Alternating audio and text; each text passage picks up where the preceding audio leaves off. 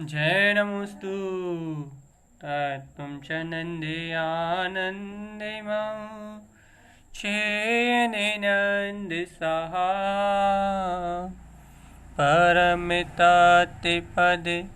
विन्दिप नमियो सिद्ध सुभा गुरु वेशे गुपति रुई गुपति ज्ञान सहकार धारण तरण समर्थ मुनि गुरु संसार निवार धम्म जुतौ जिनवर हम अर्थति अर्थ है जो भय विनाश भव जो मुन्हा ममल ज्ञान परलोय।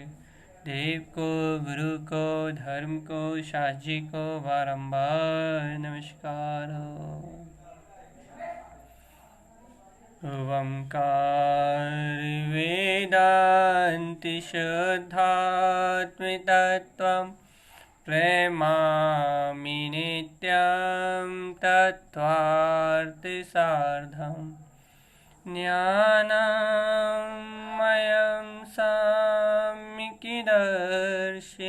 त्वं सम्यक् चरणं चैतन्यरूपम्।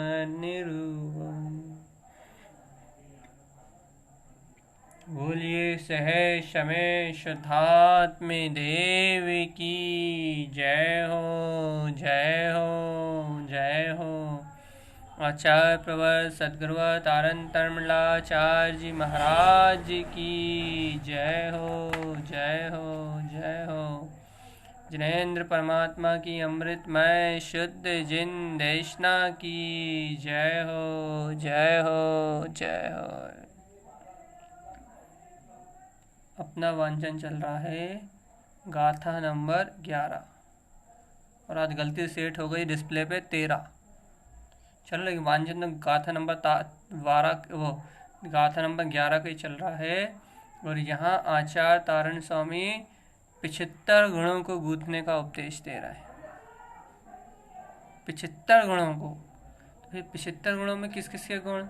देवम, देव के, गुरु के, शास्त्र के, गुणानि नित्यम, इनके गुणों को धारण करो। सिद्धम गुणम, सिद्धों के गुणों को धारण करो। 16 कारणित्वम, 16 कारण भावनाओं से संयुक्त रहो। धर्मम गुणम, धर्म के लक्षण में अनुरक्त रहो। दर्शनम, दर्शन, सम्यक दर्शन के 8 गुणों को उनको उत्पन्न करो। और भैया अब कह रहा है ज्ञानम, भैया ज्ञान के 8 गुण, सम्यक ज्ञान के 8। भैया अब बताओ, तो ये दर्शन के तो हो गए आपके, सम्यक दर्शन के 8 तो हो गए। अब सम्यक ज्ञान के 8 गुण देखो भैया, बहुत अच्छे से लेना। अपन ने सम्यक दर्शन के 8 गुणों को तो अपन ने अच्छे से स्वानुभूति से अपन ने देख लिया। क्या? निशंक, निर्विचिकित्सा, अमूढ़ दृष्टि आदि आदि, इन 8 अंगों को तो आपने अच्छे निश्चय और व्यवहार से जान लिया कि क्या है निश्चय, क्या है व्यवहार। तो अब आचार्य जिन तारण तरण जिनदेव कह रहे हैं दर्शन, ज्ञान, फिर चारित्र भी कहेंगे। भैया सम्यक ज्ञान के 8 गुणों को जानते हो नहीं जानते? सम्यक ज्ञान के 8 गुण उपलब्ध हुए या नहीं हुए? अर्थात यथार्थ सच्चा ज्ञान, वस्तु स्वरूप का यथार्थ ज्ञान आपको उपलब्ध हुआ या नहीं हुआ? सम्यक ज्ञान क्या है भैया? सम्यक ज्ञान क्या है? सम्यक ज्ञान अर्थात वह ज्ञान जो अपने स्वस्वरूप रूप प्रवृत्ति करे। बहुत अच्छे से सुनो, बहुत चर्चा थोड़ी सूक्ष्म होगी और थोड़ी गहराई में जाएगी। और ये गहरी चर्चा होगी और थोड़ी अंतर में ले जाने के लिए होगी कि आप इस ज्ञान को अंतर से प्राप्त करने के लिए आपको क्या उपाय करना है। ये मार्ग एक बहुत सरलता से आचार्य तारण तरण देव बता रहे हैं। ये क्या कह रहे हैं कि सच्चा श्रद्धान दर्शन तो आपको हुआ है, आपने अंतर हृदय से सच्ची श्रद्धा तो करी है, भाई कैसी सच्ची श्रद्धा करी है, कैसा सच्चा श्रद्धान करा है? आपने सच्चा श्रद्धान तो करा है कि मैं परिपूर्ण ध्रुव चैतन्य में परमात्मा हूँ, मैं परिपूर्ण ध्रुव आनंद में परमात्मा हूँ। ऐसा श्रद्धान तो आपने करा है, आपने स्वभाव में तो निशंक हैं, अर्थात सम्यक दर्शन आपको हुआ है, तो आपने अपने आत्म स्वभाव के स्वानुभव को तो जाना है, अपने आत्म स्वभाव का श्रद्धान तो आपको हुआ है। और जिस भव्य जीव को अपने आत्म स्वभाव का श्रद्धान हो जाता है, जिस भव्य जीव को अपनी आत्मा का स्वानुभव उत्पन्न हो जाता है, उस भव्य जीव का ज्ञान फिर मिथ्या ज्ञान नहीं रहता। ज्ञान तो रहता है, लेकिन उस भव्य जीव का ज्ञान मिथ्या ज्ञान नहीं रहता। उस भव्य जीव के ज्ञान से मिथ्यात की जो अश्रद्धान रूप कणिकाएं हैं, मिथ्यात रूप जो सल्ल है, वह धीरे धीरे हटने लगती हैं। मिथ्यात रूप मान्यताएं छूटने लगती हैं, मिथ्यात रूप सल्लें हटने लगती हैं, मिथ्यात रूप जो पुद्गल परिणति हैं, पुद्गल शुभ अशुभ परिणाम है, इन शुभ अशुभ परिणाम, इन शुभ अशुभ परिणमन की मिथ्या रूप ये धारणाएं अलग होने लगती हैं। और जब इस ज्ञान से ये मिथ्या रूप कणिकाएं, मिथ्या रूप सल, मिथ्या रूप चिंताएं कह लो आप, जब ये मिथ्या रूप संस्कार इस जीव के अंतर से जैसे जैसे गलते हैं, वैसे वैसे जीव को वस्तु स्वरूप की स्वीकारता होती है, वैसे वैसे ये जीव वस्तु स्वरूप को स्वीकार करता है। और जैसे जैसे ये जीव वस्तु स्वरूप को स्वीकार करता है, गहन वस्तु स्वरूप की स्वीकारता करता है, वैसे वैसे उसके जीवन में उस अनुरूप, उस आधार पे उसके जीवन में अपने आप ही जितना भी अज्ञान है, अर्थात कुबुद्धि है, मिथ्या परिणामों में रत्य होना है, मिथ्या पर वस्तुओं में एकत्व का जो भाव है, अशुद्ध अचेतन पदार्थों में जो संयुक्त होने का भाव है, वह सारे अज्ञान जनित भाव गलने लगते हैं। और इन अज्ञान जनित अशुद्ध भाव के गलने के से जो उसके ज्ञान में निर्मलता आती है, जो वस्तु स्वरूप की स्वीकारता होती है, जो वस्तु स्वभाव का श्रद्धान उपलब्ध होता है, बहुत अच्छी बात है, बहुत शुद्ध बात है। जो वस्तु स्वभाव का श्रद्धान उपलब्ध होता है, जो वस्तु स्वभाव दृष्टि में आता है, वह जो वस्तु स्वरूप उसके ज्ञान में प्रकाशित होता है, उस वस्तु स्वरूप के ज्ञान में होने वाले प्रकाश को, अर्थात ज्ञान की अपने स्वभाव पे पड़ने वाली नजर को, ज्ञान की अपने स्वभाव पे पड़ने वाली नजर को सम्यक ज्ञान कहते हैं। ये बहुत अच्छे से, बहुत सरल भाषा में कह रहा हूं मैं, बहुत सरल भाषा में कह रहा हूं कि ज्ञान की अपने स्वभाव पे पड़ने वाली दृष्टि का नाम सम्यक ज्ञान है। भैया अपने ज्ञान की दृष्टि अपने चेतन स्वभाव पे कब पड़ती है? भैया जब अपने ज्ञान में श्रद्धान की निर्मलता हुई हो। जितना श्रद्धान बलवत है, अर्थात सम्यक दर्शन की जितनी विशुद्धता है, सम्यक के कल 8 गुण कहे थे ना, तो ऐसे निशंक, निकांक्षित, निर्विचिकित्सा, अमूढ़ दृष्टि, उपगोहन, स्थिति कारण, वात्सल, प्रभावना आदि जो निश्चय स्वभाव का स्वाभिमान है, जो निश्चय स्वरूप के बहुमान रूप, ये सम्यक के 8 गुण, सम्यक दर्शन के 8 गुण जितने जीव के अंतर में विशुद्धता से उत्पन्न है, जितना जीव का उपयोग इन गुणों में आचरण कर रहा है, इन गुणों की प्रवृत्ति कर रहा है, उतना ही, बस उतने अंश में ही, बस मात्र उतने अंश में, जितने अंश में उसका ज्ञान स्वभाव रूप प्रवृत्ति कर रहा है, इन 8 गुणों में प्रवृत्ति कर रहा है, बस उतने अंश में उतने ही श्रद्धान के बल पे इस जीव की दृष्टि जितनी अपने स्वभाव से अभेद हो रही है, अर्थात मिथ्या श्रद्धान गल रहा है, अज्ञान की धारणाएं गल रही हैं, कर्तृत्व भोक्तत्व की मान्यताएं गल रही हैं, ये जितना भी अशुद्ध देह आदि का परिणमन और संयोग है, इसकी जितनी मान्यता गल रही है, इसका जितना अहम गल रहा है, परपर्यायों का, परपर्याय परिणमन का, और जितना अहम और जितनी अशुद्धता गल के यहाँ जितना अपने आत्म स्वभाव का सहज बोध उत्पन्न हो रहा है, सहज में ज्ञान स्वभावी, गायक स्वभावी भगवान आत्मा हूँ, सहज में निर्मल विमल चैतन्य स्वरूप भगवान आत्मा हूँ। शुद्ध बुद्ध अनंत गुणों का स्वामी निरंजन चेतन प्रभु परमात्मा हूँ। जैसा जैसा इसके अंतर से इसकी आत्म सत्ता का बोध बढ़ रहा है, अपनी चेतन में सत्ता की प्रतीति बढ़ रही है, भैया उतना उतना सच्चा ज्ञान, सम्यक ज्ञान इस जीव को उपलब्ध हो रहा है। और इस सच्चे ज्ञान को यहाँ आचार्य भगवंतों ने सम्यक ज्ञान के 8 भेद कहे हैं। 8 भेदों की चर्चा करेंगे, यथार्थ चर्चा करेंगे, 8 वेदों का यथार्थ निश्चित स्वरूप कहेंगे और उनका व्यवहार लक्षण भी कहेंगे। उसकी आप बिल्कुल निश्चिंतता से रहें। लेकिन पहले आप निश्चय सम्यक ज्ञान उपलब्ध कैसे होता है, पहले उस कुंजी को तो प्राप्त करें। पहले उस कुंजी को तो आप अंतर से ग्रहण करें कि निश्चय सम्यक ज्ञान प्रकट कैसे होता है,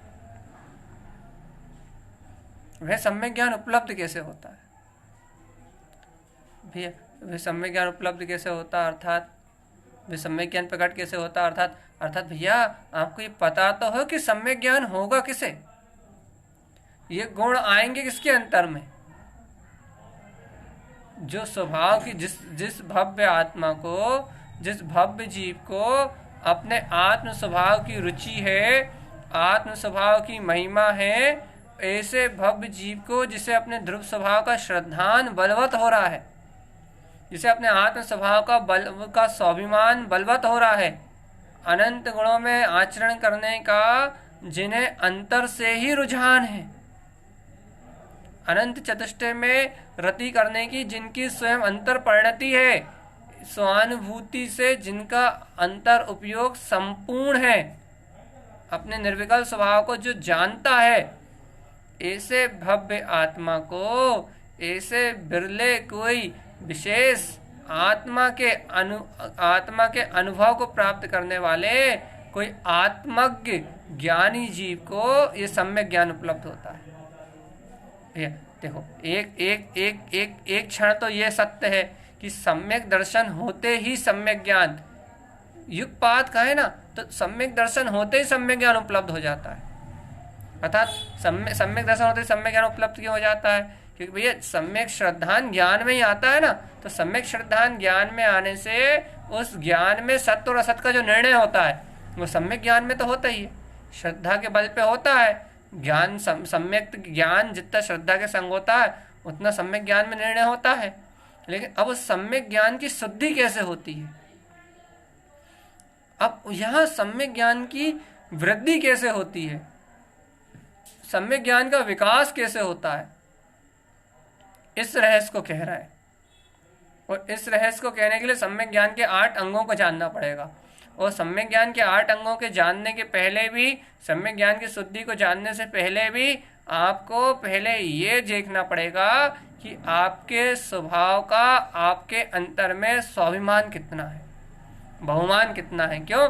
क्योंकि स्वभाव का स्वाभिमान बहुमान ज्ञान में है, तो इसका अर्थ यह है कि सम्यक दर्शन उसके पास है, सच्चा श्रद्धान उसके पास है। और सच्चा श्रद्धान जितना है, सच्चा श्रद्धान जितना है, उस श्रद्धान के बल पे ही तो वस्तु स्वरूप की गहन प्रतीति आएगी, उसके बल पे ही तो वस्तु स्वरूप की गहन स्वीकारता होगी। और जितनी गहन वस्तु स्वरूप की स्वीकारता होगी ज्ञान में, उतना गहरा ज्ञान का दृष्टिकोण अपने स्वभाव की ओर पलटेगा, स्वस्वभाव की ओर पलटेगा। पर्याय परिणमन से पार जो अवस्थाएं हैं, वो जो पर्याय परिणमन की अवस्थाओं से बिल्कुल जो परे है, उन अवस्थाओं से पार, उन अवस्थाओं, उन कल्पनाओं से बिल्कुल परे ये जीव अपने शाश्वत अभेद तिंकोत्कीर्ण निज गायक स्वभाव को देखने की जो पात्रता उपलब्ध होगी, निज गायक स्वभाव को टकटकी लगा के देखने की जो पात्रता उत्पन्न होगी, अर्थात ज्ञान का जो स्वभाव की ओर रुझान बढ़ेगा, उसके नाम सम्यक ज्ञान है। सम्यक ज्ञान अर्थात वह सत्य जिसमें अपना स्वभाव प्रतिबिंबित हो, जिसमें जिनेंद्र भगवान के द्वारा कहा हुआ यथार्थ तत्वों का बोध प्रतिबिंबित हो।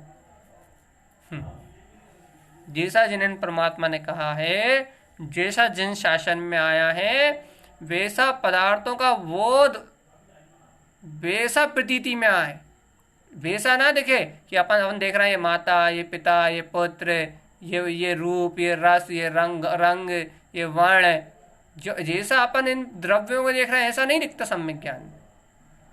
जैसा अज्ञान की दृष्टि से अपन देख रहे हैं ना, आंखों से दिख रहा है, कानों से सुन रहा है, इंद्रियों से जान रहा है, ये सम्यक ज्ञान ऐसा नहीं देखता। ये तो मिथ्या अज्ञान देख रहा है, ये तो मिथ्या अज्ञान की प्रतीति है, ये तो माया का परिणमन है। जो संसार की माया है ना, ये तो संसार की माया का परिणमन है, जो आंखों से इंद्रियों से देखने और जानने में आ रहा है।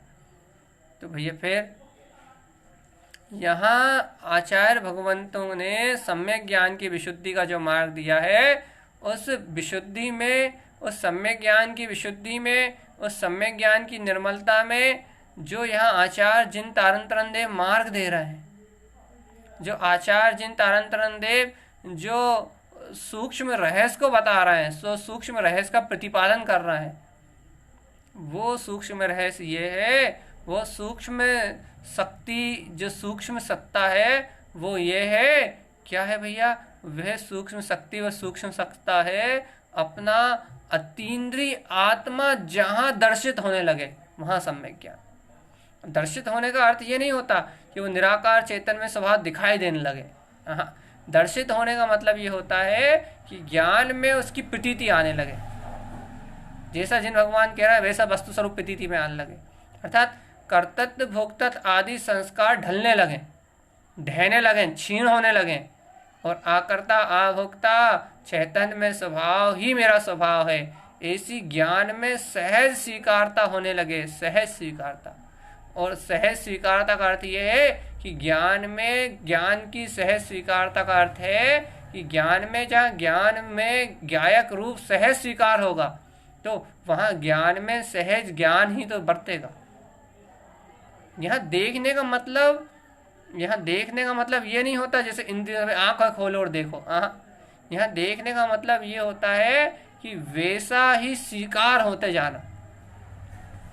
ज्ञान में ज्ञान जितना स्वीकार होता जाएगा, आत्मा आत्मा में जितना स्वीकृत होता जाएगा, उतना अपने आप ही संसार क्षीण होता जाएगा। यहाँ आत्मा में आत्म स्वभाव को स्वीकार करने की गहन चर्चा है। भैया सम्यक ज्ञान समझ गए ना आप? सम्यक ज्ञान की प्रथम भूमिका जो बताई, अब बाकी चर्चा तो गुरु महाराज 8 अंगों में करेंगे। जो सम्यक ज्ञान के 8 अंग है, शुद्धि कैसे होगी चर्चा तो अब भी करेंगे, लेकिन शुद्धि के पहले सम्यक ज्ञान ही क्या है ये तो आपके जानने में आ गया ना।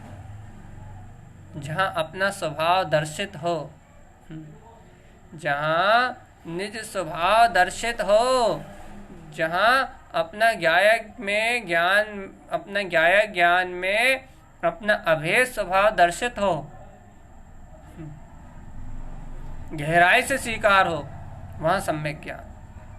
तो भाई अब देखो बहुत गुण है, इसकी बात आ गई।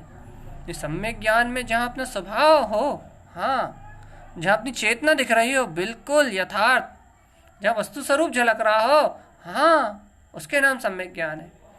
भैया ये मन वचन काया की क्रियाएं दिख रही हो, ये सब भाई तो सम्यक ज्ञान कहाँ आएगा? फिर तो वो तो संसारी जीवों को भी दिख रही हैं, संसारी जीवों को भी दिख रही हैं। तो जो मन वचन काया की क्रिया, क्षयोपशम ज्ञान, पढ़ना लिखना पढ़ाना, ये सब कुछ सम्यक ज्ञान के अंतर्गत नहीं आता। सम्यक ज्ञान के अंतर्गत आत्मज्ञान ही आता है। आत्मज्ञान के अलावा सम्यक ज्ञान कुछ भी नहीं है। फिर से सुन लो, शास्त्रीय ज्ञान, नयों का ज्ञान, भाषा का ज्ञान, वर्णा का ज्ञान, जिन नाना प्रकार के ज्ञान, ये इधर उधर की जानकारी इकट्ठी करना, बोलना, बताना, ये हमारा बकबकाना, ये सब कुछ सम्यक ज्ञान के अंतर्गत नहीं आता। जिन भगवान का उपदेश सम्यक ज्ञान के अंतर्गत आता है, जिन भगवान की वाणी सम्यक ज्ञान के अंतर्गत आती है, आत्मा का अनुभव सम्यक ज्ञान के अंतर्गत आता है, आत्मा का आत्मा रूप ज्ञान ही सम्यक ज्ञान के अंतर्गत आता है। तो भैया जितना आत्मा का आत्मरूप ज्ञान है उतना ही सम्यक ज्ञान है। हे भवजीव ऐसा ही सर्प से पहले जानो। हे भवजीव सबसे पहले ऐसा ही जानो कि जहां अपना अतीन्द्रिय सूक्ष्म विज्ञान में स्वरूप बरत रहा है, बस वही सम्यक ज्ञान। भैया ऐसे स्वरूप को जानने से क्या होगा? ऐसे स्वरूप को जानने से, सत्य ज्ञान के स्वरूप को जानने से आपको जो अज्ञान रूप जो प्रतीतियां हैं वह मिटेंगी, और वस्तु स्वरूप रूप जो जिन शासन में कहा जा रहा है उस वस्तु स्वरूप की प्रतीति आपको गाढ़ होगी, उस वस्तु स्वभाव की स्वीकारता आपको प्रगाढ़ होगी। उस प्रगाढ़ स्वीकारता, उस दृढ़ निष्ठा के बल पे सम्यक ज्ञान उपलब्ध होगा। सच्चा ज्ञान जिनके घट में उत्पन्न होता है, हे आत्मन, सच्चा ज्ञान जिनके घट में उपलब्ध होता है, सच्ची निष्ठा जिनके अंतर में उपलब्ध होती है, वह विरले ज्ञानी जीव इस संसार के समस्त दुखों से मुक्त हो जाते हैं। क्यों? क्योंकि सम्यक ज्ञान चलता फिरता सुख पुंज है, आनंद का पुंज है। भैया सुख का पुंज, आनंद का पुंज क्यों है? अरे यथार्थ सम्यक ज्ञान प्रकट होते ही वस्तु व्यवस्था व्यवस्थित जानने में आती है। जीव को दुख कब तक? जब तक मैं कर रहा हूं, इसने नहीं किया, ऐसा होना चाहिए था, ये शल्य है, ये चिंताएं हैं, ये विकल्प है, तब तक ही तो इस जीव को दुख है। और जहाँ वस्तु स्वरूप प्रतीति में आता है, जिन भगवान के वचन प्रतीति में आते हैं, वहाँ ये शल्य, ये चिंताएं को ज्ञान रूप आकुलताएं ये क्षय हो जाती हैं, कर्तव्य भोक्तत्व की धारणा क्षय हो जाती है। और जहाँ ये धारणाएं, मिथ्या धारणाएं क्षय होती हैं, मिथ्या अशुद्ध संस्कार गलते हैं, वहाँ अतीन्द्रिय सुख, आत्मा का अलौकिक सुख तो अपने आप ही उपलब्ध होता है। आत्मा का अतीन्द्रिय सुख, आत्मा का निराकार अपनी चेतन में सत्ता का अतीन्द्रिय सुख, परम अतीन्द्रिय आनंद तो स्वयं ही उपलब्ध होता है। ओ भव्य आत्माओं, एक बात बताओ, कुज्ञान कुबुद्धि की शल्यों से यदि आपको इस समय मुक्त कर दिया जाए, आप खुद विचार करो, आप गंभीरता से विचार करो। आप आज यदि आपको इसी समय ना पुत्र आपका, ना परिवार आपका, ना शरीर आपका, ना संयोग आपके, ना इस पूरे जगत में कोई सा परिणमन आपका, ना कोई सी पर्याय आपकी, आप इस समय पूर्ण परमात्मा हैं, यदि इस समय आपसे समस्त चिंताओं को हर लिया जाए, इस समय यदि समस्त कर्तव्य भोक्तत्व के आपके मानताओं को हर लिया जाए, जो आपके हृदय में एक दूसरे के प्रति राग है, द्वेष है, मोह है, करना है, धरना है, यदि इन सारे विकारों को, यदि आपकी जो चिंता में चल रहा है, आपकी मन की चिंता में चल रहा है, यदि इन सारे मन की चिंता में चलने वाले विकारों को आपसे एकदम छीन लिया जाए, इन सारे विचारों को छीन लिया जाए और आपके विचारों में भर दिया जाए, कोई नहीं करता, कुछ नहीं करता, कोई ने कुछ नहीं किया, सब अपने अपने परिपूर्ण परमात्मा है, सब अपने अपने में शुद्ध बुद्ध आत्मा है। यदि आपके मन में, आपकी मानसिकता में मात्र यही विचार बैठा दिए जाए, एक उदाहरण है ये, तो बस एकमात्र यही विचार बैठा दिए जाए, तो बताओ आप इसी समय सुखी होगा या नहीं होगा? आप खुद देखो, आप खुद इन विचारों को अपने मन में परिकल्पना में डाल के देखो आप, कि वास्तविकता में यदि मेरे मन में मात्र यही विचार मात्र रह जाए, मेरे अंतर में मात्र ये विचार मात्र रह जाए कि कोई कुछ नहीं करता, कोई कुछ नहीं धरता, कहीं कुछ नहीं होता, कहीं कुछ आता जाता नहीं, सब परिणमन स्वतंत्र है, मैं तो इनका स्वामी नहीं हूँ, ये पर्याय मुझ में घटती नहीं है, मैं तो शुद्ध बुद्ध अनादि निरंतर चेतन, मैं भगवान आत्मा हूँ। यदि ये सत्य आपके मन में भर दिया जाए, अभी सिर्फ मन के कह रहा है, यदि आपका मन में ये सत्य भर दिया जाए, आपका मन यदि सत्य को स्वीकार कर ले, तो इसी पल आपके मन में बताओ कितनी पीड़ा है। भाई कोई इच्छा ही नहीं है, कोई कामना ही नहीं है, कोई चिंता ही नहीं है, कुछ होना ही नहीं है, कुछ जाना ही नहीं है, कुछ करना ही नहीं है, कुछ धरना ही नहीं है, कुछ उठाना ही नहीं है, कुछ बनाना ही नहीं है।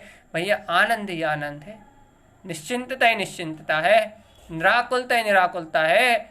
चाहे गई, इच्छा गई, मन बा बेपरवाह, और जिसे किसी की फिक्र नहीं, वो इस दुनिया में, इस त्रिलोक में शहंशाह है, वे इस त्रिलोक का राजा, वे वीतरागता का स्वामी, वो तीनों लोगों का नाथ। न जब तक चाहे इच्छा है, आशा तृष्णा कामना भोग है, तब तक ही वेदना है, दुख है, आकुलता है। चाहे गई, इच्छा गई, और मन बा बेपरवाह। जब मन बेपरवाह हुआ, वस्तु स्वरूप ज्ञान में आया, शुद्ध जैन भगवान के वचन ज्ञान में आए, तो भैया तो फिर जिस किसी को काय की परवाह। फिर जब सब स्वतंत्र ही हो रहा है, जब सब स्वाधीन सत्ता में ही विराजमान है, जब प्रत्येक द्रव्य का परिणाम अपनी योग्यता से ही घट रहा है, तो मनवा बेपरवाह और जिसे किसी की चिंता नहीं, अब वो इस दुर्लोक में सहनसा है। जब कुछ होना ही नहीं, कोई जाना ही नहीं, तो मैं तो करता भोगता ज्ञायक प्रभु परमात्मा हूँ, तीनों लोगों का नाथ हूँ, सहनसाह पद। सहनसाह पद कहते हैं साधु अवस्था को, वीतरागता को उपलब्ध कर लेने। तो भाई सहनसाह है वो साधु, मुनिराज, यतिक, जिनराज, चलते फिरते तीर्थ, वे सहनसाह है। क्यों? क्योंकि मन में कोई सल ही नहीं है, कोई चिंता ही नहीं है, वस्तु स्वरूप बरत रहा है, जिन भगवान की वाणी बरत रही है। तो ऐसे ही सम्यक ज्ञान का स्वरूप है अपने लिए। अपने को भी यदि इस समय अपने मन से सारी सल्ले विचारों को छीन लिया जाए, तो अपन भी इसी समय निराकुल है ना। ऐसे ही यहाँ ज्ञान में से जहाँ सारी मिथ्या मान्यताएं, मिथ्या धारणाएं, मिथ्या कर्तव्य आदि की जो बातें हैं, यदि पर पर्याय की दृष्टि छीन ली जाए, अर्थात छीन ली जाए मतलब अर्थात ये ज्ञान अज्ञानता की स्वीकारता को छोड़ दे, पर पर्याय को स्वीकार करना छोड़ दे, और ये इस तत्व को स्वीकार कर ले कि मैं तो परम पारणामिक ध्रुव आत्मा ही हूँ, परम अतीन्द्रिय आनंद में स्वभाव मेरा है। यदि ऐसी श्रद्धा बलवत हो जाए, ऐसी स्वभाव की सहकारिता हो जाए, तो ये ज्ञान इसी समय सम्यक ज्ञान है, अर्थात निराकुल सुख और आनंद में ज्ञान है। निराकुल सुख और आनंद में ज्ञान है। और इस निराकुल सुख में आनंद में जो ज्ञान है, इस निराकुल सुख और आनंद में ज्ञान की साधना के ये 8 अंग हैं, जिनका विभाजन होने वाला है। और गुरु महाराज इन 75 गुणों की माला गूंथने कह रहा है। भैया एक बार तो अंतरात्मा से बता दो कि ऐसा निराकुल, ऐसा अतीन्द्रिय, ऐसा शुद्ध ज्ञायक चिद्रूप, यह तुम्हारा अपना रूप है या नहीं है? अरे तुम इसका बहुमान तो करो। सम्यक दृष्टि साधक हो, आत्म तत्व को जानने वाले सम्यक दृष्टि साधक हो, यह आत्म तत्व के पार की सम्यक दृष्टि, आत्म अनुभव को प्रकट करने वाले सम्यक दृष्टि ज्ञानी साधक, तू कहाँ सो रहा है? तू कहाँ पर्यायों में रो रहा है? तू तो ज्ञान विज्ञान में है, ज्ञान विज्ञान में ही है। तू तो आनंद परमानंद में है। तेरा स्वरूप तो चिदानंद चेतन भास्कर है। तू ऐसे अनंत अतीन्द्रिय आनंद में, अपने ऐसे शुद्ध बुद्ध परमात्मा स्वरूप में सम्यक ज्ञान के आनंद में आनंदित रहना, सत्य वस्तु स्वरूप को स्वीकार करना। अरे दुख अब भी बिला जाएंगे, बस कर्तव्य की मानता छोड़ दे। राग अभी बिला जाएगा, बस तू राग का पक्ष छोड़ दे। मोह अभी नष्ट हो जाएगा, बस तू पर की मान्यता छोड़ दे। अरे संसार अभी वाली क्षीण हो जाएगा, बस तू पर्याय की दृष्टि छोड़ दे। अरे छोड़ना है तो पर को छोड़ दे, अपना स्वभाव तो अपने पास ही है, अपना ध्रुव वीतराग पद तो अपने पास ही है। इसको कहीं पाने के लिए नहीं जाना, इसको प्राप्त करने के लिए कहीं नहीं भटकना। इसके लिए तो अंतर में आना है और अंतर में ही डूब जाना है, बस आनंदम परमानंद। हाँ तो भैया क्या बात चल रही है? अब बात चल रही है सम्यक ज्ञान के 8 गुणों को साधने की। सम्यक ज्ञान के भैया 8 गुण में भैया पहला गुण तो बता दो। भैया पहला गुण है शब्दाचार।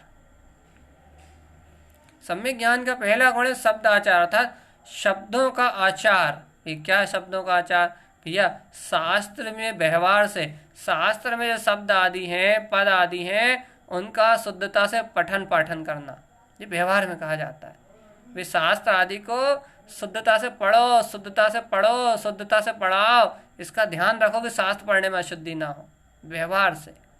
लेकिन भव्य आत्मा, शास्त्र के शब्दों को शुद्धता से पढ़ाना ये तो व्यवहार है, लेकिन शास्त्र में जो शब्द रूप ज्ञान है, जो अक्षर रूप ज्ञान है, जो पद रूप ज्ञान है, इसको पढ़ के, इसको समझ के अपने अक्षर स्वरूप, जो अपना अक्षर स्वरूप परमात्मा है, ऐसे अपने शब्द स्वरूप ज्ञान में शुद्धात्मा का यथार्थ बोध आ जाना शब्दाचार है।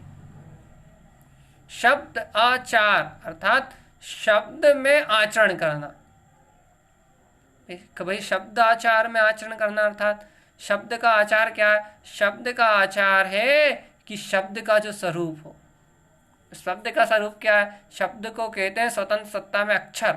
अक्षर का स्वरूप क्या है? जिसका कभी क्षरण ना हो, जो कभी क्षय ना हो, जो कभी क्षय ना हो। ऐसे शब्द को अर्थात अपने अशब्द स्वभाव को, स्वरूप को, अपने शुद्धात्म स्वरूप को यथार्थ रूप से जान लेना।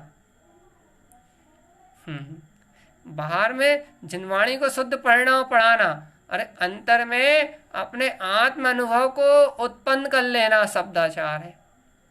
अर्थात भाई शब्दाचार अर्थात क्या? अक्षर स्वरूप मेरा आत्मा है प्रभु, अक्षर स्वरूप मेरा परमात्मा है। इस ओमकार में निराकार स्वरूप से ही इन 52 अक्षरों का जन्म हो रहा है। इन 52 ओमकार ध्वनि का मपारा, 52 अक्षर गर्भित सारा। ये ओमकार में अविनाशी शाश्वत सत्ता से, ओमकार में अक्षर ब्रह्म से, मेरे अनंत अनादिनाथ केवल ज्ञान स्वभाव से ही ये अनंत अक्षरों का समुदाय उत्पन्न हो रहा है। पूरे 52 अक्षर मेरे ज्ञान का ही प्रकाश है। ऐसे अपने अभेद ज्ञायक स्वभाव को जान लेना शब्दाचार है। शब्द का आचार क्या है?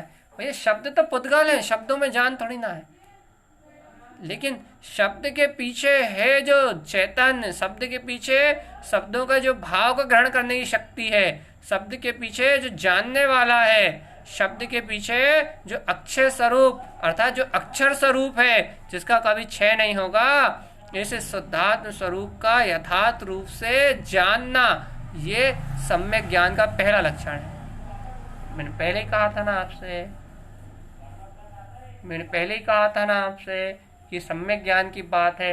यहाँ आचार्य देव पहले लक्षण में ही कहेंगे कि आप अपने शब्द स्वरूप, जिससे शब्दों की उत्पत्ति है, क्या ऐसे अक्षय ज्ञायक ज्ञान रूप को जानते हैं या नहीं जानते? यदि आप अपने ऐसे अक्षय स्वरूप ज्ञायक ज्ञान रूप को जानते हैं तो आप सच्चे सम्यक ज्ञान के पहले गुण को पहचानते हैं, आप शब्दाचार को जानते हैं।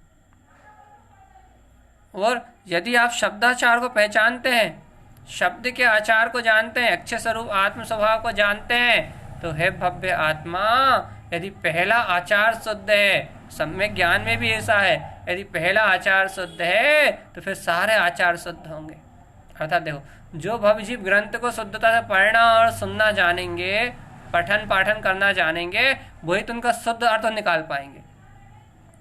उन्हीं के जीवन में तो आगे की मोक्ष मार्ग की साधना उपलब्ध होगी। जिन भगवान का उपदेश भी शब्दों के माध्यम से तो मिल रहा है, यदि आप इन शब्दों को यदि आप शुद्धता से सुनोगे, शुद्धता से सुन के शुद्धता से ही इनको जैसा कहा जा रहा है वैसा ही सुनोगे, तो आप जैसा कहा जा रहा है वैसे ही सुनोगे, वैसे ही अंतर में ग्रहण करोगे, तो इसका जो अर्थ है वो आपको अंतर में समझ में आएगा। इसका अर्थ आपको अंतर से ग्रहण हो जाएगा, अंतर से उपलब्ध हो जाएगा, अंतर से, अंतर आत्मा से अनुभव में उपलब्ध हो जाएगा। तो भैया क्या कह रहा है आचार्य परमात्मा? पहला आचरण शब्दाचार है कि आपको अपने शब्द का, आपको शब्द स्वभाव का ज्ञान है या नहीं है, शुद्ध शब्दों का ज्ञान है या नहीं है। शुद्ध व्यवहारिक लौकिक शब्दों की बात नहीं कर रहा है, माता पिता पुत्र परिवार ये शब्द नहीं। यहाँ तो जिन भगवान की वाणी शब्द रूप मिल रही है आपको। ये जो यहाँ जिन उपदेश हो रहा है, ये जिन भगवान के जो वचन अपन यहाँ सुन रहे हैं, पढ़ रहे हैं, ये शब्द रूप है, भाषा वर्णा रूप है, अर्थ रूप है, शब्द रूप है, पद रूप है, अक्षर रूप है। ये जो भी वाणी आप सुन रहे हो, ये शब्दों में गुथी हुई है, अक्षर रूप गुथी हुई है, पद रूप गुथी हुई है। अब आप इसको सुन रहे हो, तब इस शब्द को सुन रहे हो, सिर्फ सुन रहे हो, कर्ण इंद्री से सुनने वाले पुद्गल शब्द को सुन रहे हो, या फिर इन शब्दों में जो अक्षर स्वरूप है, जो शाश्वत स्वरूप है, उस ज्ञायक स्वभाव को सुन रहे हो। उस ज्ञान रूप को सुन रहे हो, क्योंकि शब्द तो मात्र एक व्यवहार है। ये शब्द तो एकमात्र परिणमन की धारा के रूप में बह रहा है, लेकिन इन शब्दों में जो सत्य है, जो स्वरूप है, क्या वह ज्ञान रूप वह तुम्हारे जानने में आ रहा है? वह अक्षय है, वो अक्षय है, वो ध्रुव है। यदि वो ज्ञान रूप आपके जानने में आ रहा है, वे ज्ञायक रूप आपके जानने में आ रहा है, तो आपका सम्यक ज्ञान का पहला आचरण शुद्ध है, शब्दाचार।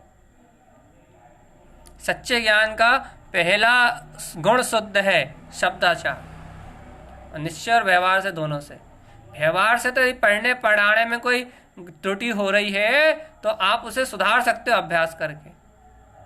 सुधारना ही चाहिए, जिनवाणी पठन पाठन में अशुद्धियां नहीं पढ़ना चाहिए, लेकिन मूल है उसमें कि पढ़ने पाठन में यदि एक आध शब्द ऊपर नीचे हो भी गया तो भी गलती क्षमा हो सकती है, लेकिन उसमें पढ़ने और पढ़ाने में यदि तुम्हारा राग भाव ही रहा, कर्तव्य भाव ही रहा, भोक्तत्व भाव ही रहा, तो तुम्हारी गलती क्षय नहीं हो सकती।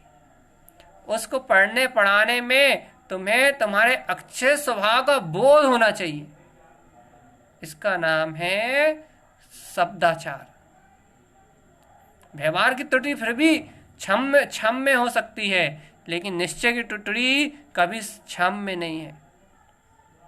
क्यों? क्योंकि व्यवहार की त्रुटि तो परिणमन के आधार पे होती है, कर्मों के आधार पे होती है, लेकिन निश्चय की त्रुटि जीव की रुचि और जीव के ज्ञान और अज्ञान के आधार पे होती है। तो भैया पहला भेद है सम्यक ज्ञान का शब्दाचार, शब्दों का आचरण, शब्दों का आचार। तो ये पहला लक्षण अच्छे से हो गया, पहला लक्षण आपने अच्छे से जान लिया। तो अब देखो, अब है दूसरा लक्षण है अर्थाचार। भैया अर्थाचार क्या है? अर्थाचार किसे कहते हैं? भाई अर्थाचार अर्थात यथार्थ जो शुद्ध अर्थ है उसको अवधारण कर लेना, ध्रुव तत्व का अवधारण कर लेना कि हाँ मैं परम पारणामिक ध्रुव ज्ञायक स्वरूप ही हूँ। जो आपने शब्द से जिस अक्षर स्वभाव को जाना है, जिस शब्द से आपने अक्षर स्वरूप को जाना है, हाँ वह अक्षर स्वरूप परमात्मा ही, शुद्ध तत्व ही मैं हूँ, ऐसे अर्थ को अवधारण कर लेना, ऐसे ध्रुव तत्व के श्रद्धान को धारण कर लेना, ऐसे अर्थ को अवधारण कर लेना, मतलब ऐसे अर्थ को ग्रहण कर लेना, धारण कर लेना, उसको पी लेना। इसका नाम है अर्थाचार। शब्द रूप वाणी तो सुन लिया आपने, द्रव्य शुद्ध तो आपने सुन लिया। द्रव्य शुद्ध में यदि आपने अक्षर स्वभाव को जाना है, उसमें ये स्वीकार किया है कि वो परम पारणामिक सत्ता में हूँ, वे परम अतीन्द्रिय आनंद स्वरूप में हूँ, यदि ऐसे परम स्वभाव को स्वीकृत किया है तो गुरुदेव कह रहे हैं तो वह अचेतन में थोड़ी ना गया, वो कोई जड़त में थोड़ी ना गया है जो उसका कोई भाव नहीं निकलेगा। अर्थाचार उसका जो सार है उसे ग्रहण कर जाना, स्वानुभव को उपलब्ध कर लेना है अर्थाचार, अर्थात भाव शुद्ध को प्रकट कर लेना। अर्थात यथार्थ अवधारणा, अपनी अंतर की धारणा को यथार्थ कर लेना, ध्रुव तत्व को अवधारण कर लेना कि हाँ यही मेरा स्वरूप है, ऐसा अर्थ को ग्रहण करने का नाम है अर्थाचार। देखो शब्दाचार शुद्ध हुआ, अक्षय पद का ज्ञान हुआ, तो उस अक्षय पद के ज्ञान में सारभूत उस तत्व की दृष्टि उपलब्ध कर लेना, सारभूत उस अर्थ को ग्रहण करके सारभूत उस सत्य की धारणा बना के अपने आप को वहीं केंद्रित रखना, अपने आप को सत्य में ही सन्मुख रखना, अपने ज्ञान की दृष्टि को सत्य के निकट ही रखना, यह है अर्थाचार। शब्द के अर्थ को पी जाने का नाम है अर्थाचार। कौन से शब्द के भैया? माता पिता पुत्र परिवार राग देश वाले शब्द नहीं, जिन शासन में जो अक्षय स्वभाव को व्यक्त करने वाले जो पद शब्द और अर्थ हैं, उन पदों शब्दों और अर्थों को उन पद शब्द अर्थ के माध्यम से अपने प्रयोजनभूत सत्ता को अपनी दृष्टि में उपलब्ध कर लेना अर्थाचार है। अब भैया ये शब्दाचार हो गया, भैया अर्थाचार हो गया, भैया अर्थ ग्रहण कर लेना। भैया ऐसे क्यों कह रहे हो? अंतर की रुचि से कहो। हम तो ऐसे कह रहे हो जैसे एक काम हो गया, दूसरा काम हो गया, तीसरा काम क्या करना है? ये कर्तव्य की बात थोड़ी ना है, ये तो आनंद की चर्चा है, ये तो अपने स्वानुभव का मार्ग है। पहले आइया शब्दाचार हो गया, अर्थाचार हो गया, तो हाँ ये बोलो कि अब क्या हुआ, आज्ञा जिनदेव अब क्या आज्ञा। तो वो कह रहा है अब तो भैया अर्थ ग्रहण करा आपने, आपने सार को ग्रहण किया, आपने स्वभाव की अनुभूति को ग्रहण किया, तो अब वो कह रहा उव्याचार। फिर अब ये क्या हो गया भैया, शब्द को जान लिया आपने, आपने ये गाथा पढ़ रहा हो ना, आपने इस गाथा को जान लिया, आपने शब्द को जान लिया आपने, ठीक है, आपने इस शब्द के अर्थ को भी जान लिया, ठीक है, आपने शब्द को भी अच्छे से पढ़ लिया, अर्थ को भी अच्छे से पढ़ लिया, आपने दोनों को जान लिया, दोनों को शुद्धता से जान लिया, आपने अर्थ को भी जान लिया और शब्द को भी जान लिया। लेकिन इसके बाद भी यदि आप अपने ज्ञान स्वभाव में दृढ़ नहीं रहे, शुद्धात्म स्वभाव में दृढ़ नहीं रहे और आपको अभी भी संचय बना हुआ है, तो उभयाचार नहीं होगा, संचय नहीं होना चाहिए। अरे जब ध्रुव भगवान आत्मा हो तो ध्रुव भगवान आत्मा हूं, जगत का त्रिकाल परिणमन स्वतंत्र हो रहा है तो स्वतंत्र हो रहा है, जब मैं करता धरता नहीं तो मैं करता धरता नहीं।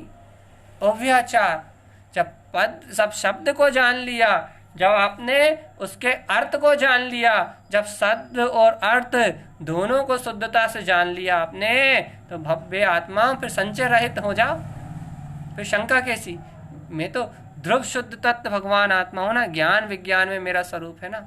उभयाचार अर्थात शब्द और अर्थ को शुद्धता से पढ़ के, शुद्धता से पढ़ के, शुद्धता से पठन पाठन करके भैया संचय रहित होके अपने शुद्ध स्वभाव का ठोस वजनदारी से पक्का श्रद्धान ठोस निर्णय ज्ञान में बिल्कुल निष्ठा को उपलब्ध कर लेना कि हाँ बस ये गायक रूप ही तो मेरा है।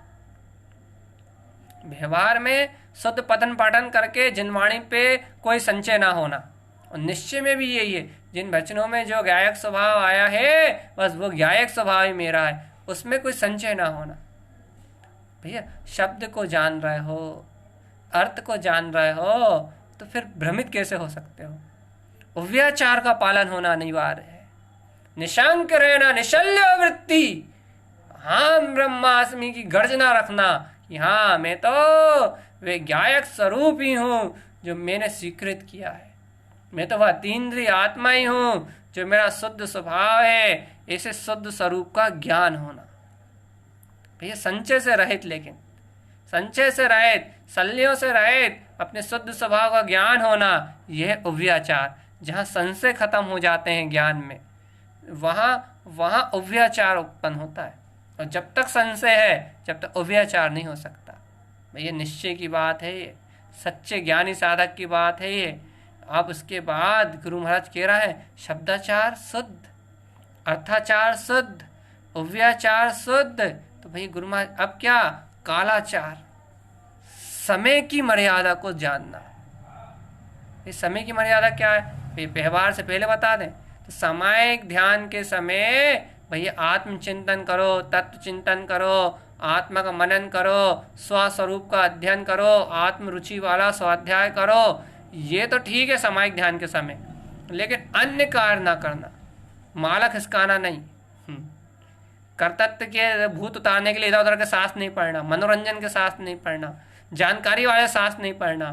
सामायिक कालाचार में, व्यवहार में सामायिक के समय सिर्फ आत्म अनुभूति, स्व आत्म चिंतन पे ही जोर रखना, प्रमाद आदि में संलग्न नहीं रहना, निद्रा आदि नहीं लेना, कर्तव्य आदि में नहीं लगना। कालाचार की मर्यादा ये कहती है। लेकिन भैया निश्चय से कालाचार क्या है, समय की मर्यादा, स्वसमय की मर्यादा में आ जाना। काल आचार, समय का आचरण। भैया जब तुमने पद जाना, अर्थात तुमने शब्द जाना, अर्थ जाना, तुमने इन दोनों की शुद्धि को जानकर संचय रहित अपने शुद्ध ज्ञान स्वभाव को जान लिया, तो आचार्य देव कह रहे हैं कालाचार, अरे काल का आचरण लो ना, अर्थात अरे काल अर्थात आत्मा अर्थात समय, समय में आचरण करो ना। अरे स्व समय का अध्ययन करो ना कि मैं तो शाश्वत काली चेतन में अतीन्द्रिय आत्मा हूँ, ध्रुव ज्ञान विज्ञान में चेतन सत्ता हूँ। इसे कालाचार को जानो ना, एक समय भी व्यर्थ गंवाने योग्य नहीं है। समय न वीढ़े सोई एक समय भी व्यर्थ जाने योग नहीं है, एक समय भी आत्मा विस्मरण करने योग नहीं है, एक पल के लिए भी आत्म प्रतीति अपने सामने से ओझल करने योग नहीं है, एक समय के लिए भी वस्तु स्वरूप को अपने सामने से हटाने के लिए नहीं है। हर समय, हर घड़ी, हर पल यथार्थ वस्तु स्वरूप की स्वीकारता मेरे अंतर में बनी रहे। भैया यह कालाचार, अपने काल की मर्यादा, पंचम काल का आचार नहीं है, ये सम्यक ज्ञान का कालाचार है। सम्यक ज्ञानी का कालाचार है कि वह अपनी मर्यादाओं को रखता है। व्यवहार में सामायिक के समय अपने तीनों टाइम की सामायिक को, चारों टाइम के सब ध्यान की, सबकी क्रियाओं चर्याओं को, सबको अपने हिसाब से साधता है। वो व्यर्थ समय नहीं व्यर्थ होने देता। देखो संसारी मोही अज्ञानी जीव, उनको कोई कालाचार की, उन्हें सुबह उठना, शाम को सोना, रात में जिसमें अपना व्यसन, विषय, भोग, दुकान, मकान, पुत्र, परिवार, उनके लिए समय की कोई मर्यादा नहीं है। पापी, अज्ञानी, मोही है, मिथ्या दृष्टि है। लेकिन ज्ञानी के लिए तो समय कीमती है ना, उसके लिए तो 100 में आत्मा ही सर्वश्रेष्ठ है ना, तो उसके लिए एक एक समय का कीमत है। उसके लिए हर समय की कीमत है। कब समय, कब ध्यान, कब चिंतन, कब मनन, उसके लिए स्वभाव के अध्ययन के लिए पूर्ण रुझान है, पूर्ण समर्पण है अपने स्वभाव के लिए। इसका नाम है कालाचार। अपनी भूमिका में स्वभाव को साधने की रुचि बढ़ाना, स्वभाव में अनुरक्त होने की भावना को प्रबल करना, स्वभाव मात्र का अध्ययन करना, ये कालाचार की मर्यादा है। अब भैया कालाचार भी हो गया, अब विनयाचार, विनय, अरे इसकी तो महिमा ही आज गजब है। बिना विनय के तो गुण उपलब्धि नहीं होते। भाई व्यवहार से सुना थे पहले। विनय अर्थात भक्ति पूर्वक स्वाध्याय, तत्व चिंतन करते हुए, भावों की संभाल करते हुए अपने अंतर में विनय भक्ति रखना, जिन शासन के प्रति, जिन भगवान के वचनों के प्रति, ये गुरु आदरणीय रत्नत्रय के धारे साधुओं के प्रति, ये ऐसा बहुमान आना इन्हें देख के ज्ञान में, तो ये व्यवहार से विनय हो गई। लेकिन निश्चय से क्या है भैया? निश्चय से विनय भक्ति पूर्वक अपने स्वभाव पे समर्पण होना, स्वभाव का आश्रय ग्रहण करना। विनय, अनंत गुणवान मेरा आत्मा है, अनंत चतुष्टय का स्वामी मेरा निराकार चेतन में भगवान आत्मा है, अनंत संपदा, अनंत शक्तियों से संपन्न सुशोभित मेरा चैतन्य प्रभु भगवान आत्मा है। अरे ऐसे अनंत शक्तियों से संपन्न, ऐसे अनंत गुणों से सुशोभित अपने चैतन्य में अनंत गुणों के निधान, अपने ज्ञान विज्ञान में स्वभाव की विनय होना ही विनयाचार है। मैंने सम्यक ज्ञान की परिभाषा पहले ही कही थी। जिस ज्ञान में अपना स्वभाव प्रतिबिंबित हो, वस्तु स्वभाव, जिन भगवान के द्वारा कहा हुआ वस्तु स्वभाव प्रतिबिंबित हो, उसका नाम सम्यक ज्ञान है। और उस जिस परिभाषा को मैंने, जिन्हें भगवान ने दिया था, जिस परिभाषा को मैंने ग्रहण किया था, उस परिभाषा के अनुसार इन अंगों का जो वांछन है, उसमें विनय आचार यही कहता है क्या कि निश्चय में जहाँ अपने ध्रुव स्वभाव की विनय होती है, वहीं अपने आप सारे कर्म का साध्य होने लगते हैं। जब तक जीव को अपने स्वभाव की विनय नहीं है, जब तक जीव को अपने स्वभाव का बहुमान नहीं है, जब तक जीव को अपनी सत्ता का निष्ठा, अपने आत्म स्वभाव की निष्ठा नहीं है, तब तक ये चतुर्गति संसार में अटक रहा है। और जहाँ स्वसमय की निष्ठा है, जहाँ स्वसमय का विश्वास है, जहाँ ध्रुव तत्व का प्रकाश है, वहीं इस जीव को संसार परिभ्रमण की यात्रा खत्म हो रही है। तो सम्यक ज्ञान का विनयाचार यही कहता है कि आपको अपने स्वभाव की विनय है, बहुमान है, अंतर से भक्ति है।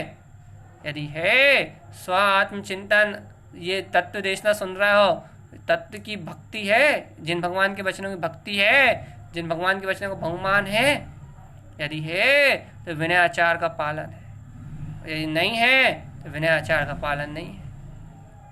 देखो और देखो, और गहरे में ले जा रहे हैं गुरु महाराज। बिल्कुल आखिरी आखिरी 5 हो गए।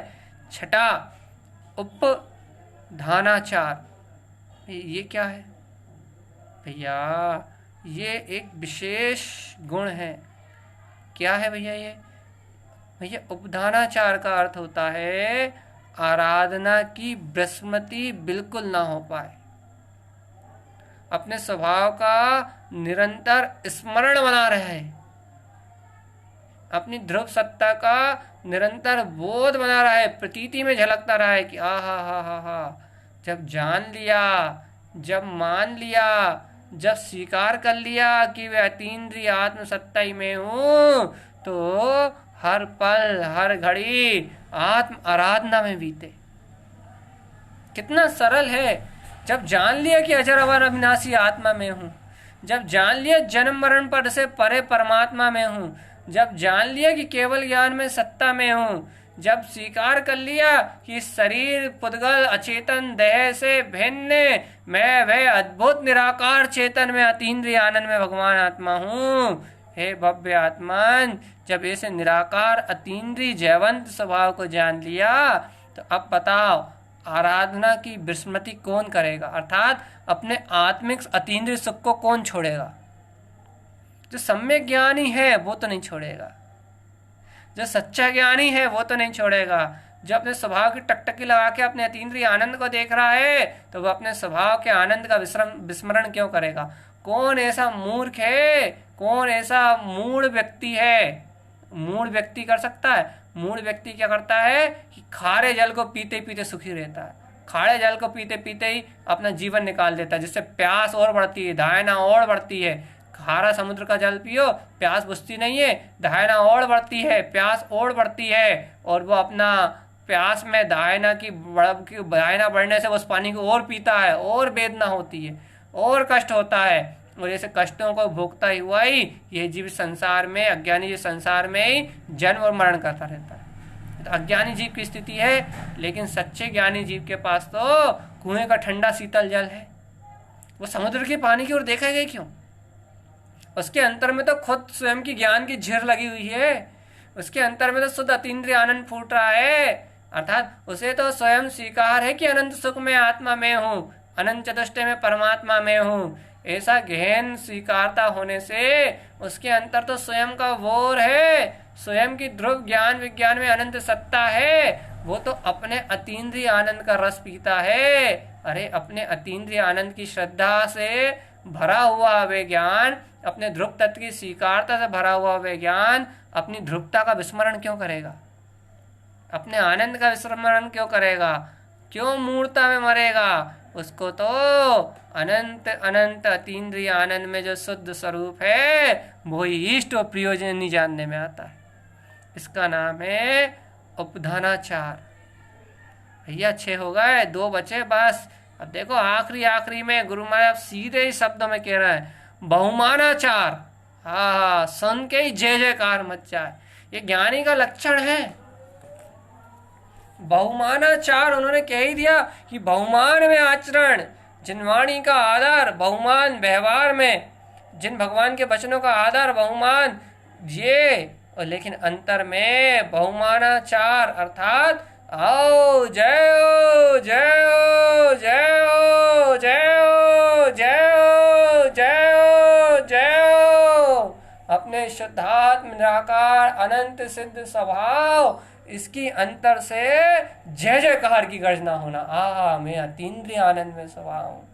आहा, मैं केवल ज्ञान में सत्ता का प्रकाशक हूँ। मैं शुद्ध बुद्ध परमात्मा हूँ। शुद्ध आत्म प्रदेशी आत्मा ही मेरा पूर्ण वीतराग स्वरूप है। ओ शुद्ध आत्म प्रदेशों में बना हुआ, शुद्ध आत्म प्रदेशों में जड़ा हुआ, शुद्ध आत्म प्रदेशों में पूर्ण रूप से स्थित मैं वह ज्ञान स्वरूपी ज्ञान विज्ञान में मैं वह अतीन्द्रिय गुप्त आनंद में सत्ता हूँ, जिसका प्रकाश सर्वांग में सर्व और चारों ओर प्रवाहित हो रहा है। ओहो, मैं वह शुद्ध बुद्ध परमात्मा हूँ। ऐसा आत्म बहुमान का उत्पन्न होना सम्यक ज्ञान का 7वां अंग बहुमानाचार है। भैया, शब्द को ग्रहण किया तूने, अर्थ को ग्रहण किया तूने, अव्याचार से तूने सब शंकाओं को छोड़ दिया, ज्ञान स्वभाव की निष्ठा को ग्रहण किया, कालाचार से स्वसमय को जाना, विनयाचार से बहुत भक्ति और बहुमान से भर गया अपने स्वभाव की।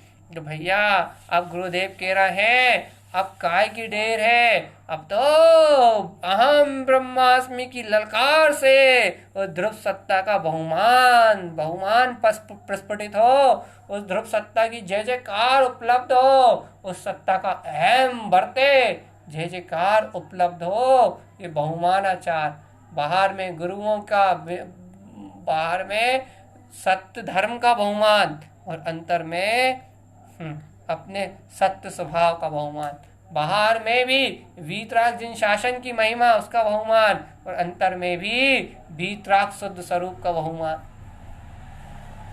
निश्चय व्यवहार शाश्वतम, जो अंतर में बहुमान वही बाहर में, जो बाहर में वही अंतर में। कैसी वीतरागता का बहुमान है, शुद्ध तत्व शुद्ध आत्मा, ज्ञायक अतीन्द्रिय आनंद प्रभु भगवान आत्मा, शुद्ध बुद्ध निरंजन चेतन प्रभु भगवान आत्मा। ओहो, अतीन्द्रिय ज्ञान विज्ञान में ध्रुव चेतन में परमात्मा। भगवान यदि ऐसा बहुमान है तो आप सम्यक ज्ञानी साधक हो। ये बहुमानाचार की बात है, बहुमान में आचरण करने की बात है भैया। अंतिम बात है बस, ये 8वां अंग है।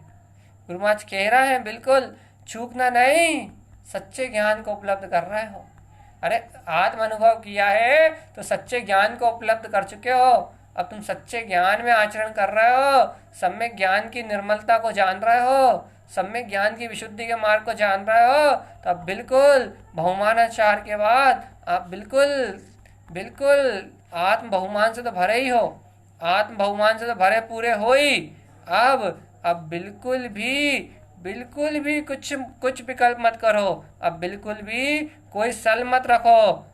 अनिन्वाचार अर्थात जिस त्रिकाली सत्ता से आपने ये वैभव को प्राप्त किया है, जिस ज्ञान विज्ञान से आपने ऐसे सामर्थ्य और शक्ति को प्राप्त किया है, ऐसे अपने ज्ञायक स्वभाव के होश को और ऐसे ज्ञान विज्ञान में स्वभाव के बोध को आप बना के रखो, जागृत करके रखो। इस सत्ता को कर्मों के आवरण में ढकने मत दो। उन्होंने स्पष्ट शब्द दिए, इस सत्ता को अपने अंतर में जागृत रखो, इस सत्ता को अपने अंतर में दबने मत दो, इस सत्ता को इन अज्ञान और राग की आग में दबने मत दो, मोह के आवरण से सत्ता को दबने मत दो। फिर अपने ज्ञान स्वभाव को हमेशा अपने जागरण में रखो, बोध में रखो। सो मत, संस्कारों में मूर्छित मत हो, राग के पक्ष में मूर्छित मत हो, अज्ञान मिथ्यात्व के पक्ष में मूर्छित मत हो, कर्तव्य भोक्तत्व के संस्कारों में मूर्छित मत हो, इन संस्कारों में मूर्छित मत हो। जागते रहो चेतन, जागते रहो। अनिन्वाचार ये जीव को प्रेरणा दे रहा है कि सो मत चेतन, जागो जागो, ये जागने की बेला है। आचार्य तारण तरण देव मालारोहण जी की गाथा नंबर 11 में इस बात को स्पष्ट कह रहा है कि भैया देवम गुणम शास्त्र गुणानि नित्यम, सिद्धम गुणम सोलाकार नेत्वम, धर्मम गुणम दर्शन ज्ञान चरणम। हे भव्य आत्माय मालाय गुप्तम गुण स्वरूपम। इस सम्यक ज्ञान रूपी गुण की माला को अपने स्वस्वरूप में संजो, जागृत रहो, जागृत। ये व्यवहार से अनिन्वाचार क्या है? अरे व्यवहार से जिस गुरु से ज्ञान लिया हो, जिस शास्त्र से ज्ञान मिला हो, उस ज्ञान को छिपाना नहीं। जैसे अपने को तारण तरण जिनेश्वर से ये अमृत मिला है, तारण तरण जिन भगवान की आज्ञा से ये, जिन भगवान के वचनों से ये अनंत विशेष उपलब्धियां उपलब्ध हुई हैं, तो उनको उजागर करके रखना, उनकी ही महिमा को व्यक्त करना, उनके द्वारा कहे हुए सत्य को उनके नाम से प्रेषित करना, ये व्यवहार में है। लेकिन मैं निश्चय में अपने ज्ञान स्वभाव को हमेशा जागृत रखना, अपने ज्ञायक स्वभाव में हमेशा जागृत रहना, अपने आत्मबोध में हमेशा स्थित रहना, यह है अनिन्वाचार, सम्यक ज्ञान का आचरण है। सम्यक ज्ञान का आचरण है, शुद्ध सम्यक ज्ञान का आचरण है, शुद्ध सम्यक ज्ञान का आचरण है ये। शुद्ध सम्यक ज्ञान का आचरण है भगवान। और कहाँ मिलेगा भैया ये आचरण? माला गुप्ततम गुण सा स्वरूपम, ये आचरण पूरा आपको स्वरूप में मिलेगा। निश्चय में आप निश्चय में आपको अपने स्वरूप में यह आचरण मिलेगा। यह आचरण आपको घर में नहीं मिलेगा, गृहस्थी में नहीं मिलेगा। घर में दुख मिलेंगे, गृहस्थी में दुख मिलेंगे, बाहर में कर्तव्य भुगतत की मानताएं मिलेंगी, इस संसार में अनंत 84 लाख योनियों की भटकन मिलेगी। यदि तुम्हें सच्चा ज्ञान चाहिए, सच्चा आत्मा का ज्ञान चाहिए, सच्चा आत्मिक सुख चाहिए, सच्ची आत्मरमणता चाहिए, बिना किसी प्रपंच के, बिना किसी उलझन के, यदि तुम्हें सच्चा आत्मिक ज्ञान चाहिए, शुद्ध आत्मिक रस चाहिए, तो समय सच्चा ज्ञान, ये सच्चा आत्मज्ञान तुम्हें इस आत्म स्वभाव की जिन भगवान की आज्ञा में ही प्राप्त होगा। गुरु महाराज की वाणी में ही अमृत प्राप्त होगा, गुरु महाराज के उपदेश में ये अमृत मिलेगा। और गुरु महाराज कहाँ मिलेगा? तो गुरु महाराज अपने तो बहुत सरल है, बहुत सहज है। वो कहते हैं ऐसा अनंत माल, ऐसा अनंत खजाना, माला है गुप्तम, ऐसे अनंत गुणों की माला, गुण सा स्वरूपम, तुम्हें अनंत गुण तुम्हारे स्वस्वरूप में मिलेंगे भव्य आत्मा। मैं तुम्हें अपने से नहीं बांध रहा, मैं तुम्हें तुम्हारे स्वभाव से ही मिला रहा हूँ। मैं तुम्हें अपने में नहीं मिला रहा, मैं तुम्हें तारण पंथी नहीं बना रहा, मैं तुम्हें तारण तरण ही बना रहा हूं। तुम स्वयं भगवान हो, तुम स्वयं परमात्मा। मैं तुम्हें अपना शिष्य नहीं बना रहा, मैं तो तुम्हें भक्त नहीं बना रहा, मैं तुम्हें भगवान ही बता रहा हूं। तू स्वयं भगवान है, ऐसी निष्ठा को ही बता रहा हूं भव्य आत्मा। इसलिए आत्मज्ञान आत्मा में ही मिलेगा, अपने अनंत गुण अपने स्वस्वरूप में मिलेंगे। माला अनंत गुणों की गुण मालिका अपने आत्मा में ही गुथाएगी। इसलिए है भव्य आत्मा, इस माला को गूंथने के लिए बहुमानाचार, अनंत बहुमान, आराधना की विस्मृति ना हो, उपधानाचार, और विनय भक्ति कम ना हो, विनयाचार, काल आचार, समय की साधना हो, समय पे साधना हो, उव्याचार, भैया कोई शल्य ना रह जाए, अर्थाचार, अर्थ को ग्रहण करने में कोई भूल ना हो, और भैया शब्दाचार, अच्छे स्वभाव की दृष्टि हमेशा बनी रहे। नीचे से ऊपर की ओर चलोगे तो भी वही बात है, और ऊपर से नीचे की ओर आओगे तो भी वही बात है। आदि से अंत तक देखोगे तो एक गुण सा स्वरूपम, गुण सा स्वरूपम, गुण सा स्वरूपम, गुण सा स्वरूपम, गुण सा स्वरूपम, गुण सा स्वरूपम। मेरा अनंत गुणमयी ध्रुव आत्मा ही मेरा स्वभाव है, स्वभाव है और स्वभाव है बहुमान। ऐसा बहुमान आपके अंतर में हो, ऐसा अंतर बहुमान आपके अंतर में हो, ऐसा अंतर जागरण आपके अंतर में हो, ऐसी अंतर निष्ठा आपके अंतर में हो, तो भव्य आत्माओं इस जीवन में सार्थकता हो, इस जीवन में ये जीव संसार के जन्म मरण से छूटे, इस जीव का उद्धार हो, उद्धार हो। कभी कब होगा ऐसा उद्धार? कब छूटेगा जीव इस ऐसे जन्म मरण से? कब होगी इस संसार से मुक्ति जीव की? भैया जब इसके अंतर में स्वयं इसका अंतर्ज्ञान जागृत होगा। तो नहीं तो मैं करता, मैं धरता, मैं मरता, मैं बनाता, मैं बिठाता, ऐसे अज्ञान की मिथ्या मानताओं में मर जाएगा इस मनुष्य गति को प्राप्त करके। यदि मोह मिथ्यात्व में, तो फिर एक इंद्रिय इल्ली बिल्ली किल्ली कीड़ा बन के संसार में घूमेगा, दुर्गतियों में जाएगा, और इन दुर्गतियों को भुगतता हुआ एक इंद्रिय पर्याय निगोद में अनंत अनंत अनंत काल के लिए अनंत दुख भोगेगा। अज्ञान को ज्ञान दुखों की खान है। अरे कल तो दुख बाद में भोगेगा, वर्तमान में दुख भोगेगा। वर्तमान में अपनी कुबुद्धि से बड़ा दुख और कौन सा है बताओ? अच्छा मैं कर रहा हूं, इससे बड़ा दुख कौन सा है? मैं कर रहा हूं, इसके बाद भी कोई मेरी नहीं सुन रहा, इससे बड़ा दुख कौन सा है? मैं रोगी हूं, मैं पीड़ित हूं, इससे बड़ा दुख कौन सा है? मैं मर जाऊंगा, इससे बड़ा दुख कौन सा है? ये मेरे अपने मर जाएंगे, इससे बड़ा दुख कौन सा है? ये मेरे मेरे करने का दुखी तो सबसे बड़ा दुख है भव्य आत्मा। ये कुज्ञान का दुखी तो सबसे बड़ा दुख है। यदि कुज्ञान मिट जाए तो सुख के अलावा और कुछ भी नहीं है। मैंने सबसे पहले उदाहरण दिया था चर्चा में, जिनने नहीं सुना फिर सुन लेना। यदि आपसे, आपके मन से यदि सब छीन लिया जाए तो आप अभी सुखी हो। सारी शल्य छीन ली जाए तो आप अभी सुखी हो। इसका अर्थ शल्य दुख का कारण है, चिंता दुख का कारण है, को ज्ञान दुख का कारण है। इस दुख के कारण से मुक्त होने का एक ही उपाय है, सम्यक ज्ञान की ज्योति को अंतर आत्म अनुभव से प्रकट कर लेना। और सम्यक ज्ञान की ज्योति सिर्फ उन भव्य आत्माओं को उपलब्ध होती है जिनके लक्ष्य में स्वभाव है, जिनकी दृष्टि में अपना आत्म स्वरूप है, जिनकी दृष्टि में अपने आत्मा का अनुभव है, जिनकी अंतर आत्मा में अपने स्वानुभव का लक्ष्य है, जिनके लिए एक अपना परम अतीन्द्रिय आनंद शुद्ध आत्म स्वभाव ही सर्वश्रेष्ठ है, मात्र उनके लिए ही ये मोक्ष मार्ग है। और जिनके लिए ऐसा स्वभाव श्रेष्ठ नहीं है, जिनके लिए ऐसी आत्म सत्ता श्रेष्ठ नहीं है, जिनके लिए अपना केवल ज्ञान में स्वभाव श्रेष्ठ नहीं है, उनके लिए संसार में कुछ भी नहीं है। अर्थात मोक्ष का मार्ग नहीं, सुख का मार्ग नहीं है। बाकी संसार में अज्ञान मिथ्यात्व मोह तो भरा ही हुआ है। संसारी जीवों के पास दुखों का तो खजाना है, लेकिन उनके पास आत्मिक सुख, सच्चा आनंद नहीं है। वो कभी भी अपने अंतर में छुपी हुई अनंत ज्ञान निधि को प्रगटाने में सामर्थ्यवान नहीं होंगे।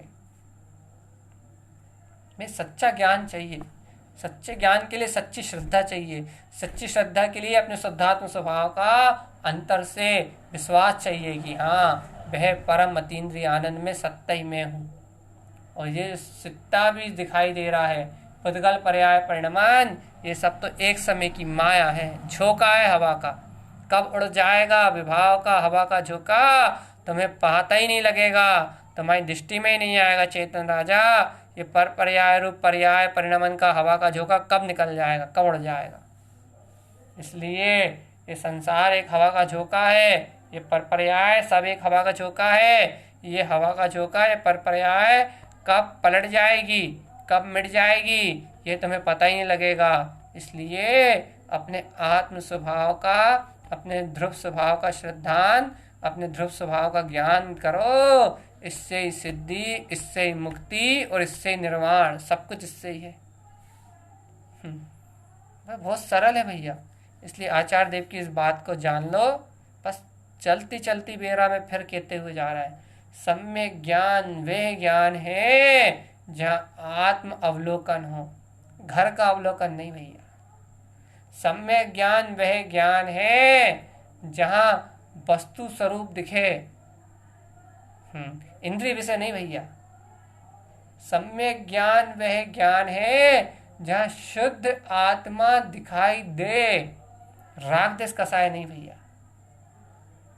सम्यक ज्ञान वह ज्ञान है जहाँ मुक्ति की राह दिखाई दे, जहाँ अपने आनंद का महोत्सव दिखाई दे।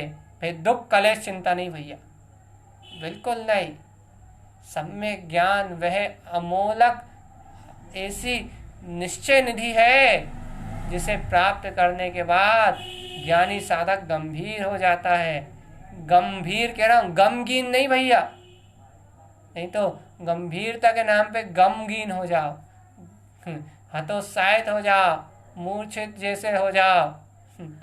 ये नहीं कह रहा भैया, गमगीन नहीं होता, गंभीर हो जाता है। गमगीन मतलब रोना रोना सा, कब चलेंगे, कैसे चलेंगे, क्या होगा, रो ही रहा है, कर्मों के लिए रो रहा है। गमगीन नहीं होता, गंभीर होता है। तो भैया सम्यक ज्ञानी साधक गंभीर हो जाता है, उसकी मन की चपलता मिला जाती है, उसका नाना प्रकार के पर्यायों का सहकार मिला जाता है, नाना प्रकार के भाव का सहकार मिला जाता है। और भैया यदि नाना प्रकार के भाव का सहकार नहीं मिलाता, नाना प्रकार की अज्ञानता नहीं मिलाती, कर्म जोर मारते हैं, सम्यक ज्ञान की इतनी निर्मलता नहीं होती, तो फिर उसकी गंभीरता होती है कि अब वो प्रयास करता है तो फिर वो ऊंचा नीचा भी होता है। गंभीरता के प्रयास में फिर वो ऊंचा नीचा होता है, फिर वो ऐसा गमगीन जैसा दिखने लगता है। लेकिन भैया गंभीरता एक बहुत अभूतपूर्व शक्ति है, आत्मा का अभूतपूर्व बल है। वो गंभीरता मन की चंचलता के मिलाने के बाद उत्पन्न होती है। इसलिए लाख बात की एक बात है, करोड़ मंत्रों का एक मंत्र है, अनंत इतनी पूरी चर्चा का एक सार है, आत्मज्ञान ही उपादेय है।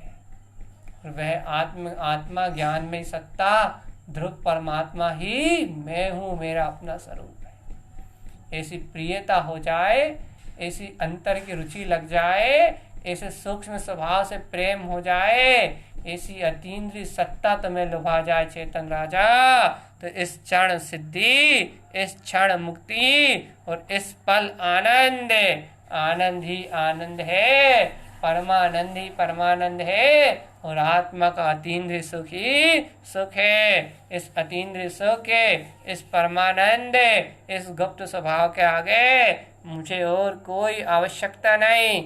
ऐसा परिपूर्णता का बोध है, ऐसे आत्म सुख का बोध है, तो समझो निराकुलता ही निराकुलता है, आनंद ही आनंद है, बाकी पर पर्यायों का त्याग है।